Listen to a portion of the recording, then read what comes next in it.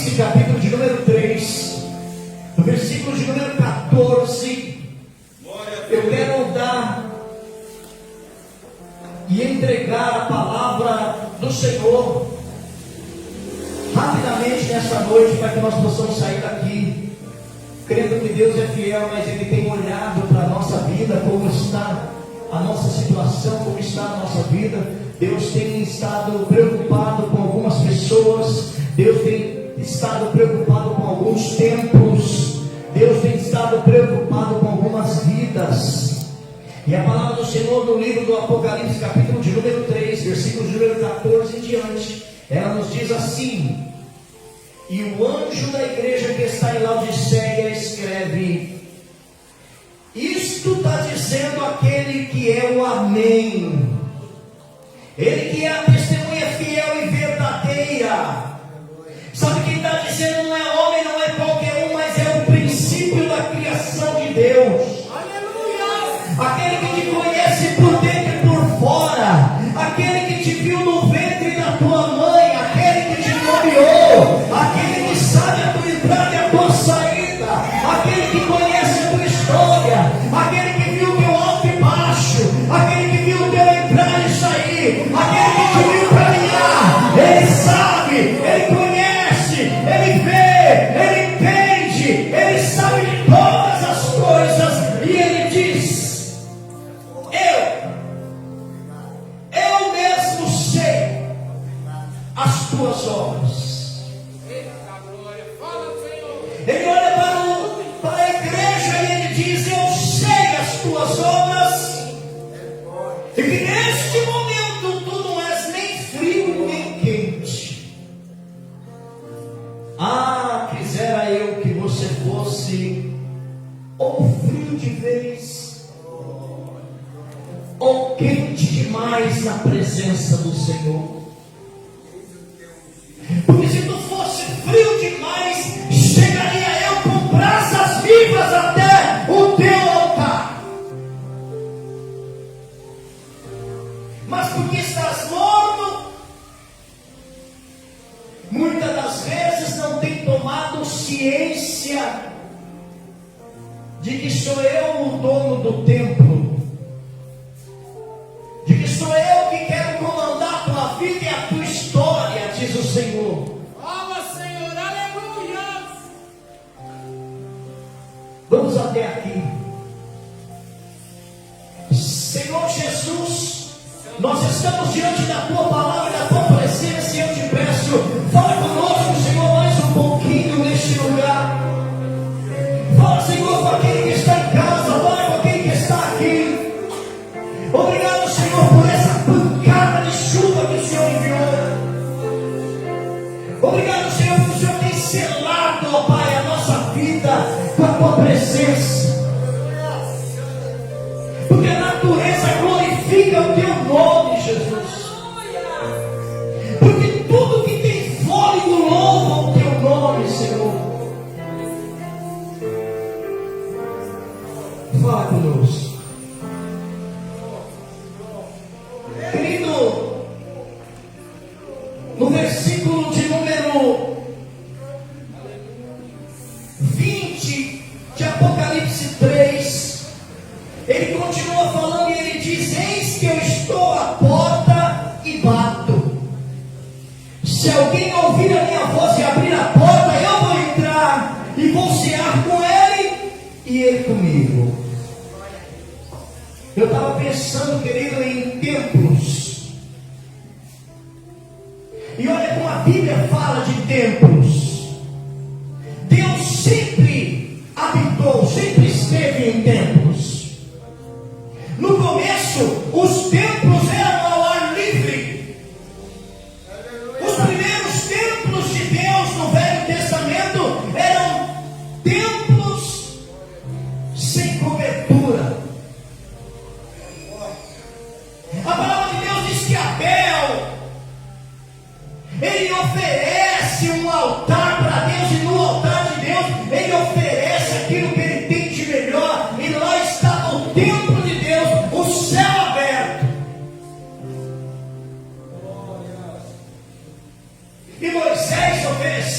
e Jacó ofereceu, e tantos homens de Deus ofereceram sacrifícios no altar de Deus, e o templo era de céu aberto, era ao ar livre. Mas com o passar do tempo, quando Deus tira o povo do Egito e ele começa a caminhar no deserto, Deus fala: ei, vamos construir uma tenda, vamos dar o nome dele de tabernáculo, e eu vou habitar dentro deste tabernáculo. Mas não pode ser de qualquer maneira, não pode ser qualquer coisa. Então ele chama o povo e fala: eu quero tudo lindo, porque eu vou habitar aí dentro desse templo. Não é qualquer um que mexe, não é qualquer um que põe a mão. Pense vocês, a tribo de Levi, só os levitas é que colocavam as mãos nos utensílios do tabernáculo de Deus. Ei, quem está com a mão nas coisas de Deus, louve o nome de Jesus, porque você é um escolhido. Honre aquilo que Deus entregou na tua mão. E eles começaram a habitar no tabernáculo, e Deus falava: aqui está bom, para e monta, vamos adorar. Então as tribos paravam alinhadas, em posição de combate, em posição de guerra, cercando em volta do tabernáculo para adorar. E de repente Deus mandava a nuvem dele, o Shekinah dele, a glória dele, e Deus falava no templo. Aleluia! Glória a Deus! Mas um rei chamado Davi, ele começou a sonhar. Ele estava tão abençoado, tão próspero, que ele começou a dizer: eu quero construir um templo magnífico para a presença do meu Deus. Eu moro num palácio e o meu Deus mora numa tenda. Mas Deus falou: ei, você não. Mas se você quiser, você pode ajuntar tesouros para o templo. Se você quiser, ainda não é para você esse templo, mas você pode ajuntar tesouros para ele, porque a tua posteridade entrará comigo nesse templo. A Bíblia diz que o filho de Davi, Salomão, foi eleito aquele que ia inaugurar o templo. Aleluia! Querido, a palavra de Deus é uma coisa tão fascinante, que quando a gente começa a ler e estudar, a gente vê que tudo tem a ver, e que os detalhes, que as coisas de Deus parecem uma grande colcha de retalhos, que quando se emenda tudo dá uma coisa só maravilhosa. Quando Salomão foi orar para a inauguração do templo, a Bíblia diz que a glória de Deus entrou de uma maneira lá que os sacerdotes não conseguiam ficar lá dentro. Nós construímos aqui a presença, mas a presença de Deus aonde está? Causa alguma coisa maravilhosa. Desde que eu era pequenininho na fé, assim, eu já ouvia falar que o Espírito Santo não é gerado através do barulho, que o barulho não gera Espírito Santo, mas quando o Espírito Santo vem, o barulho de Deus acontece no lugar dele. Vocês foram ensinados a dar glória a Deus. Quem pode dar uma glória a Deus bem profunda? Aleluia! Olha para a maior vitória que Deus te deu e diga glória ao teu nome. Glória por isso. Glória por isso. Glória por isso. Querido, Salomão, enquanto estava orando e oferecendo sacrifícios a Deus dentro do templo, ele fez uma oração. E essa oração ele dizia assim: Senhor, aquele que pode vir, quando ele entrar dentro desse templo, seja abençoado. Salomão estava orando pelo Espírito de Deus.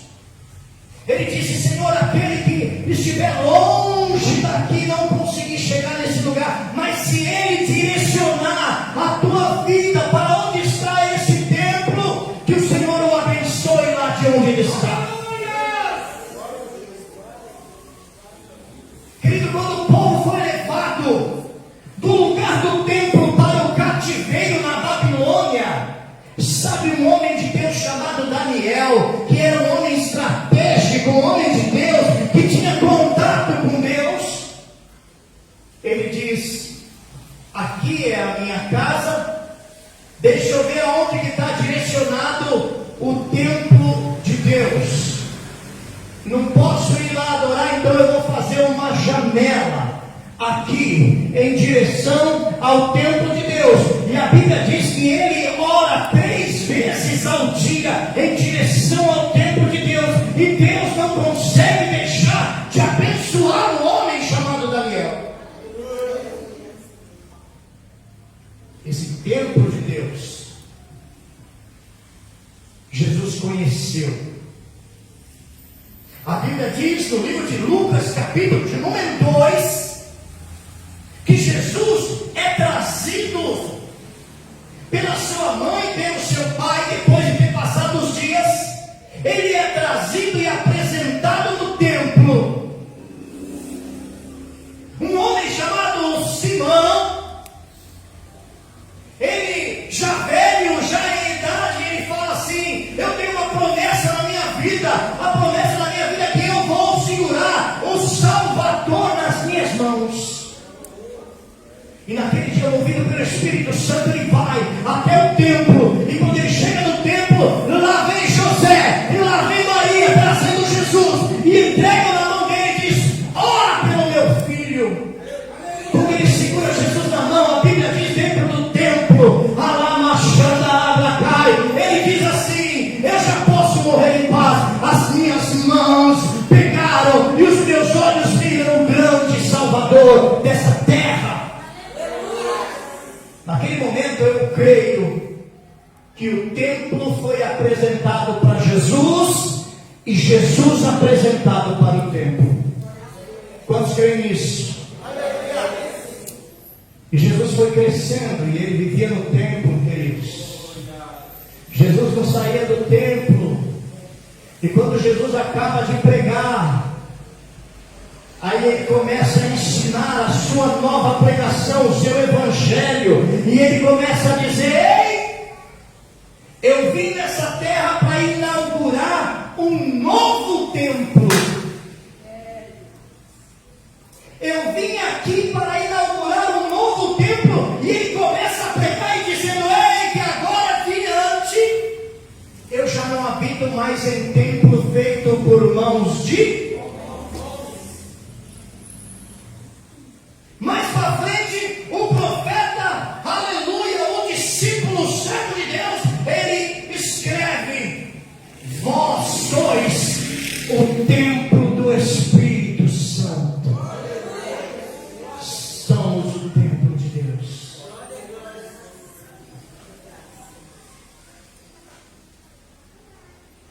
Essa coisa de templo é uma coisa que hoje nós já ouvimos falar aqui, que muitas vezes a gente vem na igreja, não dá nem tanta atenção. A gente vem no templo do Senhor e a gente não vem nem com aquela fé. Às vezes a gente vem arrastado, e às vezes a gente vem arrastando, aleluia. Mas o templo é o melhor lugar para se estar.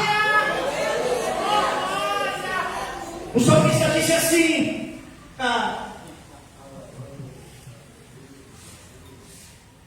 mais vale estar um dia na casa de Deus, no templo de Deus, do que 1000 em qualquer outra parte. Sabe o que o salmista diz? Uma coisa eu peço ao Senhor, e a buscarei, que eu possa habitar no seu templo por todos os dias da minha vida. Porque é no templo, querido, que nós ouvimos a voz do Espírito Santo. A Bíblia diz para nós, no livro de 1 Samuel, no capítulo 1, no versículo de 1 ao 10, fala sobre a história de Ana. Todos nós conhecemos essa história. Ela é mãe de Samuel. Olha como o templo é maravilhoso, porque Deus, Ele já falou aqui nesse lugar, que Ele vai junto com o pecador até a cena do pecado, e depois Ele retorna com o pecador arrependido, e ainda abre os braços e diz: meu filho, o cair é do homem, mas o levantar é de Deus. Então aplaude o nome dele mais uma vez.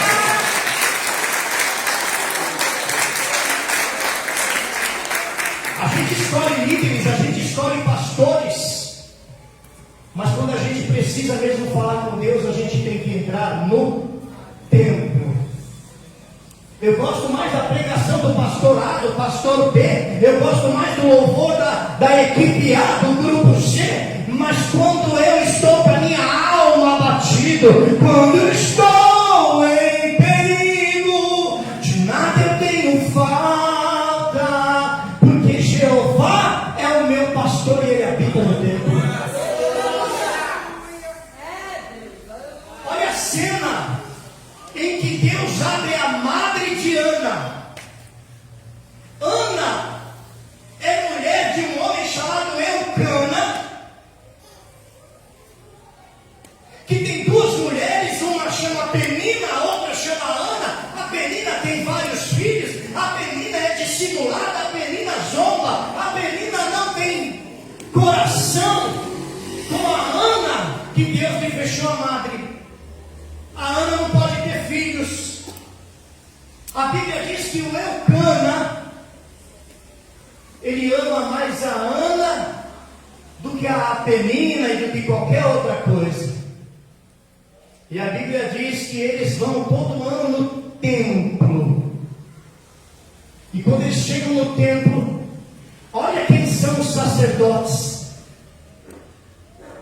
Ofni e Finéias, sacerdotes desaprovados, sacerdotes que apresentam um fogo estranho diante de Deus, sacerdotes que não são homens de Deus. Olha quem Ana encontra no templo. Ela encontra o sacerdote Eli, profeta velho, sacerdote velho, já não enxerga mais, já não tem visão. Mas ela entra no templo porque ela sabe que no templo Deus habita.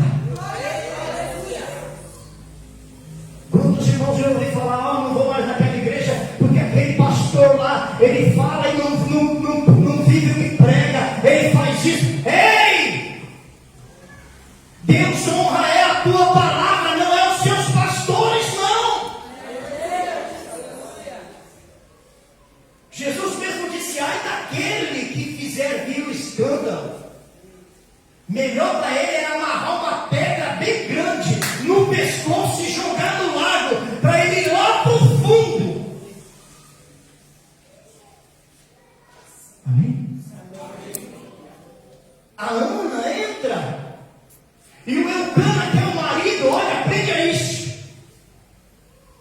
Ele via que a mulher era infeliz, ele via que a mulher não era realizada, ele queria que a mulher fosse feliz, ele amava a mulher, ele não estava pouco se importando com filhos, ele estava se importando com o coração daquela mulher, porque ele amava ela muito, e ele fazia, sabe o que? Oferecia sacrifício dobrado para ela. Quem é você que vê que a tua esposa não está na presença do Senhor? Teu filho não está na presença do Senhor? Aprende com o Eucana.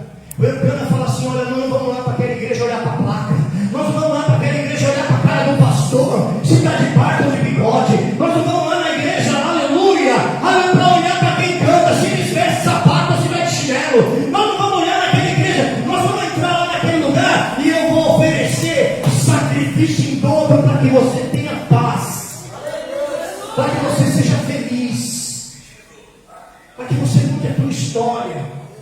Você está vendo teu marido indo embora, você está vendo teu marido se perdendo na droga, está vendo seu marido se perdendo da presença de Deus, saindo do templo.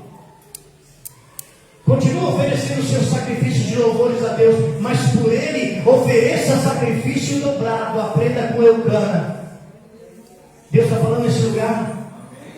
Ah, mas é o meu pai, pastor, meu pai está perdido. Então então ofereça sacrifício dobrado por ele.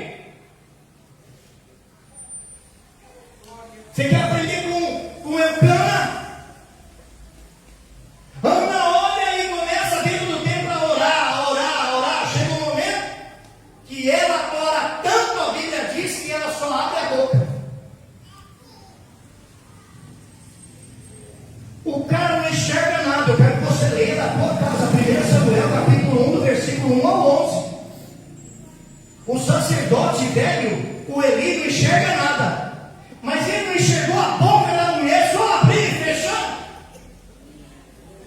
Para falar mal de você, até quem é cego enxerga.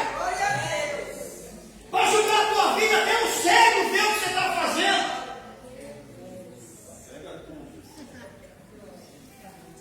A Bíblia diz que ele vê ela abrindo a boca e fechando. Vai olhar os seus filhos. Seus filhos estão no altar e estão perdidos.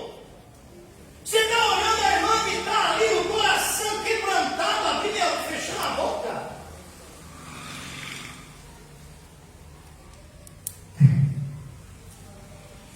Aí ela fala assim: ei, não me tenha por uma mulher imoral, não. Meu coração está quebrado. Eu estou falando com Deus. Deus sabe da minha dor, Deus sabe do meu sofrimento, Deus sabe da minha tristeza.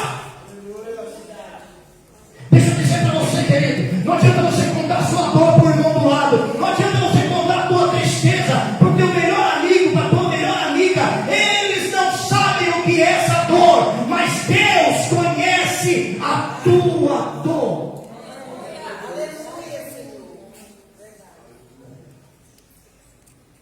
Você chegou perto de um amigo para falar: olha, meu filho está assim, daqui a pouco ele está lascando o pau no teu filho, e você fala assim: não quero falar mal do meu filho, não quero falar mal do meu filho. Pois não fale com ninguém, fale aleluia com Deus, abre a tua boca e não deixe que som saia dela.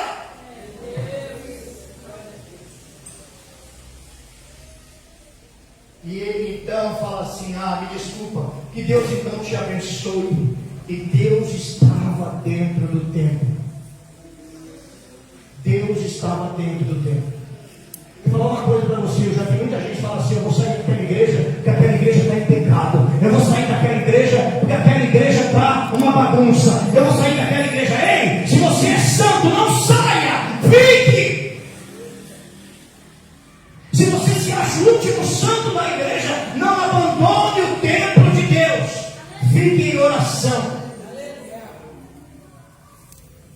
Sabe qual é a melhor hora de sair de uma igreja? Quando a igreja está uma bênção. Quando a igreja está cheiona.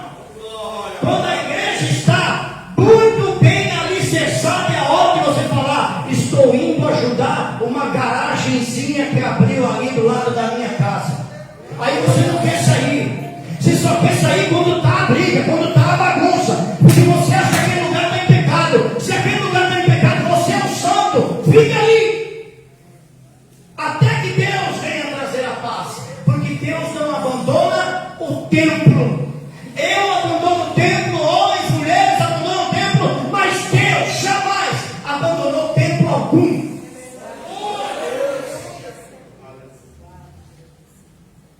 Era impossível daquela mulher ter filhos. Mas eu ouvi uma frase hoje, o Espírito Santo me falou, pastora Rosana. Eu não sei se você notou, mas nós estávamos juntos assistindo um filme evangélico e de repente eu ouvi uma voz, uma frase do Espírito Santo, e ele falou assim no meu coração: ei, para que aconteça um milagre é necessário que uma grande dificuldade esteja ocorrendo.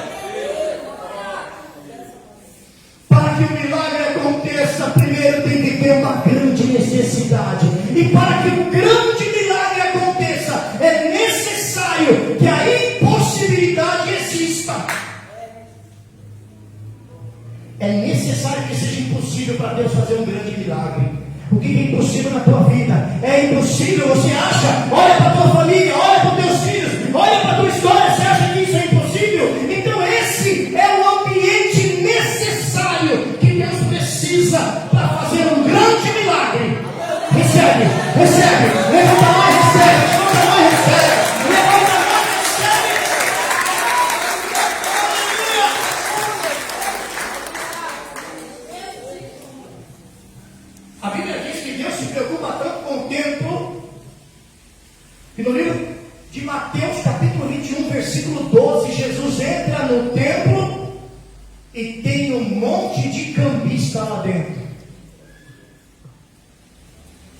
Tem um monte de gente aproveitando do templo do Senhor.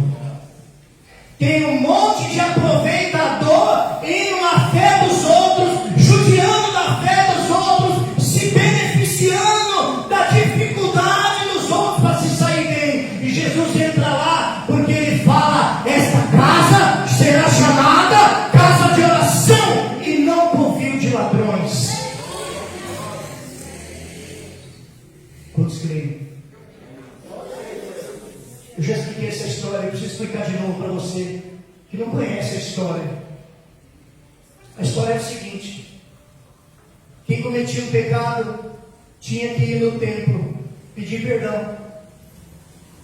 E segundo as suas posses, quem tinha mais dinheiro comprava um animal mais caro, ou levava um animal mais caro do seu rebanho. Mas tinha que ser o melhor, tinha que ser o de estimação. Amém? Amém. Quem tinha menos dinheiro pegava lá o bichinho da estimação, pegava lá o passarinho, a pombinha, a rolinha, e levava até o templo, e chegava lá diante do sacerdote. Ele falava: olha, pequei, eu vim pedir perdão para Deus, e eu sei que Deus perdoa é no templo. Eu trouxe esse animalzinho, esse passarinho, isso que eu tenho aqui para ofertar para Deus.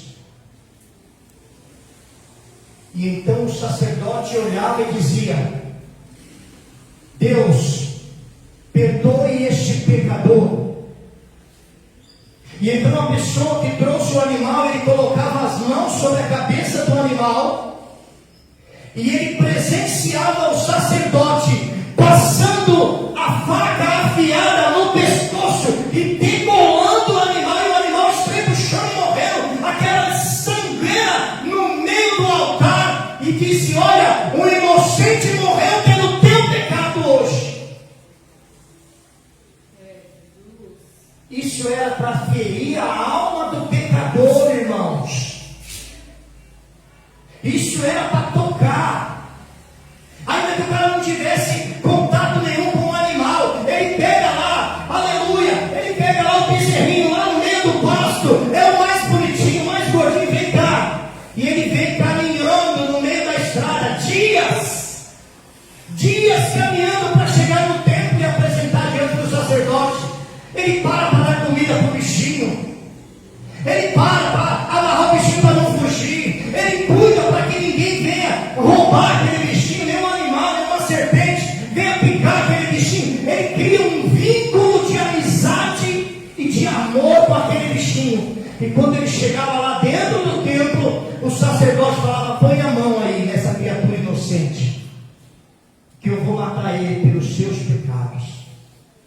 E então o coração daquela pessoa doía. Mas os aproveitadores começaram a vender os passarinhos na porta do templo. Os aproveitadores começaram a trazer: ei, não precisa trazer animal nenhum, compra lá na porta. Estão vendendo baratinho aí, quanto que é esse? É 20. Para pagar o teu pecado é 20. E o seu, está caro. O seu pecado vale quanto? 15. Olha só. Olha o valor do templo indo embora. E então Jesus vem e fala: que pouca vergonha é essa? Vocês estão barganhando o preço de pecado. Vocês não têm vínculo nenhum com o inocente que vai morrer. Deixa eu dizer a verdade para vocês. Aleluia. Primeiro eu vou tirar essa cambada de salteador e de ladrão de dentro do templo. E se eu trazer para cá, o negócio fica mais estreito. Porque a gente anda por aí e a gente está deixando entrar dentro desse templo aqui um monte de ladrão roubando a santificação de Deus. Escute, Jesus habita no templo. Quantos creem nisso? Digam glória a Deus. Glória a Deus. Glória a Deus. Diga aleluia. Que você possa dizer: Jesus, entra hoje aqui no meu templo e expulsa tudo aquilo que está roubando a tua santidade. Expulsa tudo que está tirando a santidade, tudo que me leva para o pecado, tudo que me leva para o mal, tudo que me leva para o mal. Entra aqui, Jesus. Eu sei que eu tenho que ter um vínculo com o Senhor. Sabe o que a Bíblia diz de Jesus? Ele é o Cordeiro de Deus que foi sacrificado desde a fundação do mundo. Dá para entender isso? Já parou para pensar? Adão e Eva estão lá no Éden e eles pecam. Quando eles pecam, Adão corre por uma folha de figo no meio das partes íntimas e se esconde de Deus, porque Deus falava com ele. E Deus falou assim: quem te falou que você está nu? Quem te falou? Como é que você sabe dessas coisas? E a Bíblia diz que Deus então mata o primeiro inocente animal para vestir o pecado de Adão e Eva. Eu sei que era o Cordeiro, estava sendo morto desde a fundação do mundo. Ele morreu por mim e por você, querido. Quem fala que crente é maluco, está enganado. Eles que são malucos. Quem fala que a gente ficou louco e está servindo a Deus, eles que estão malucos. Aleluia. A gente já foi tudo que não presta lá fora. E um dia nós descobrimos que não há outro caminho, não há outro lugar, não há outra verdade, não há outra vida além de Jesus Cristo. Se eu fosse você, aplaudir a Ele.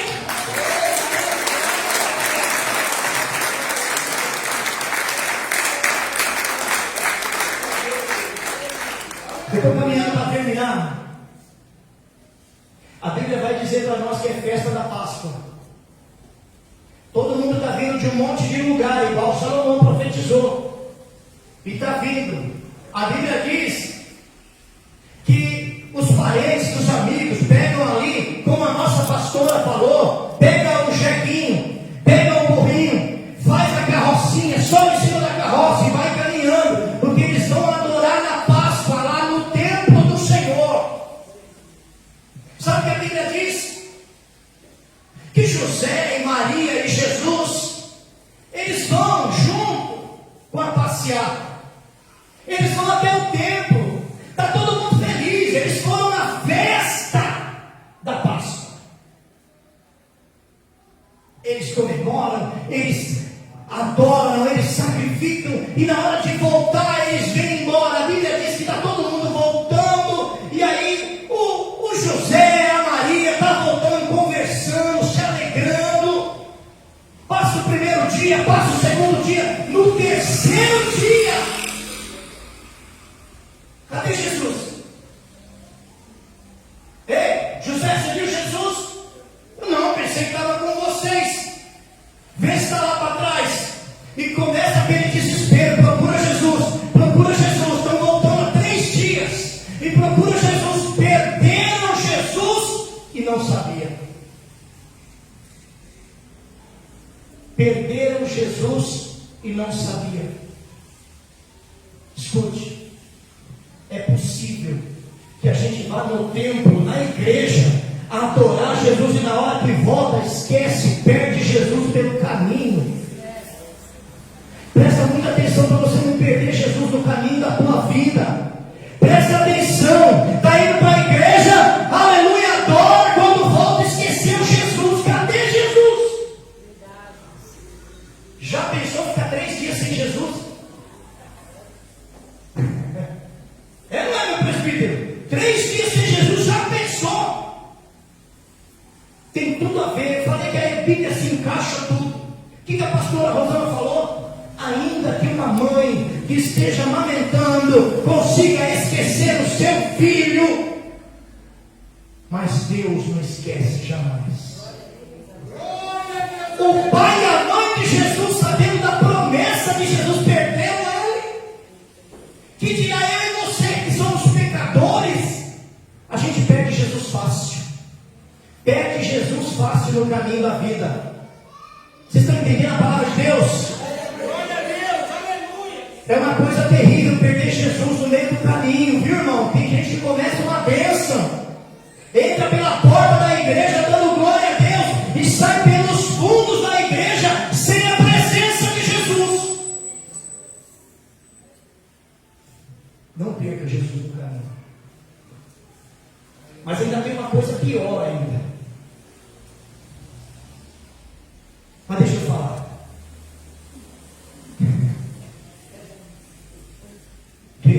quando eles começaram a falar assim, cadê Jesus, cadê Jesus? Onde nós perdemos? Lembra de onde caístes e retorna e começa lá de novo. Ah, a última vez que você viu Jesus, ele estava onde? Aonde? Você não entendeu? A última vez que os pais de Jesus viram ele na Páscoa foi? No templo. Vamos voltar. Volta para o templo. Quando chegaram no templo, aonde que estava Jesus?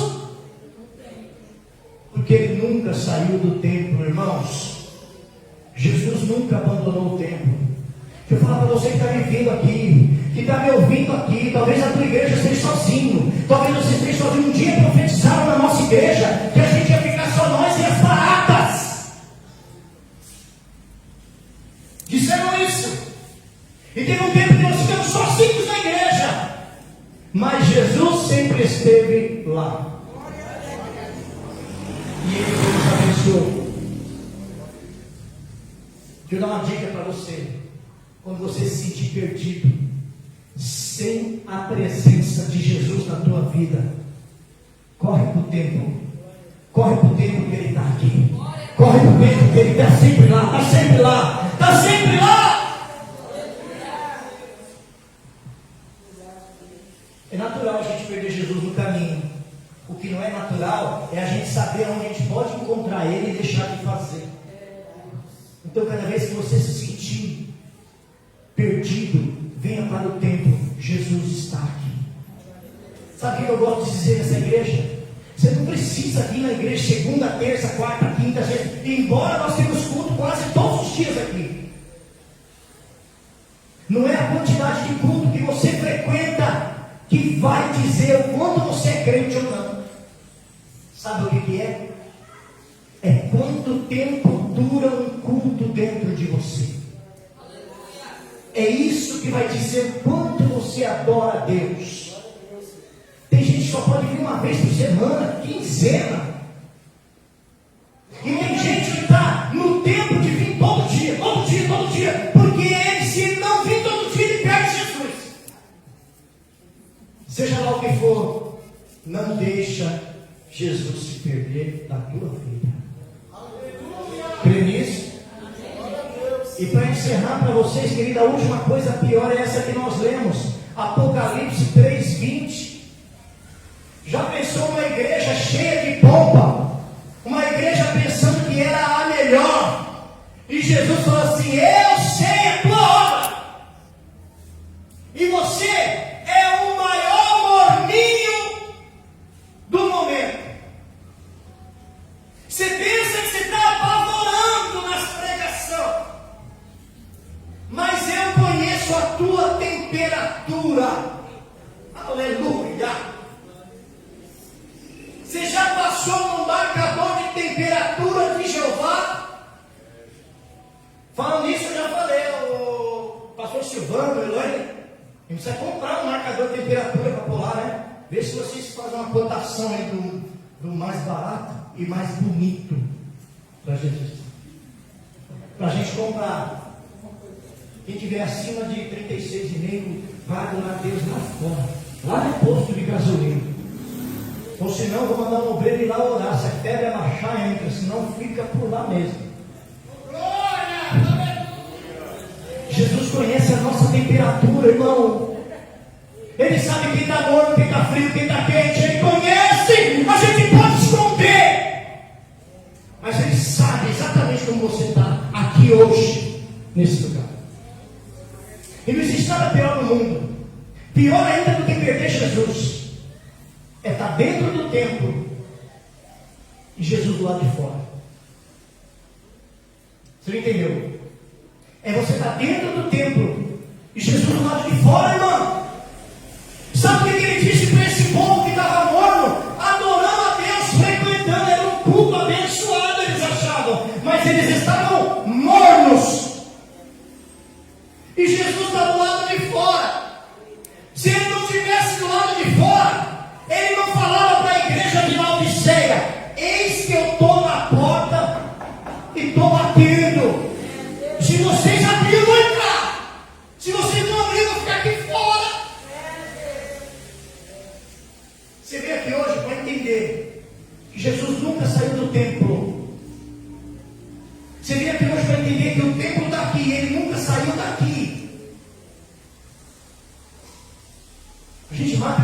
Santo dentro de nós, mas Jesus não sai do templo.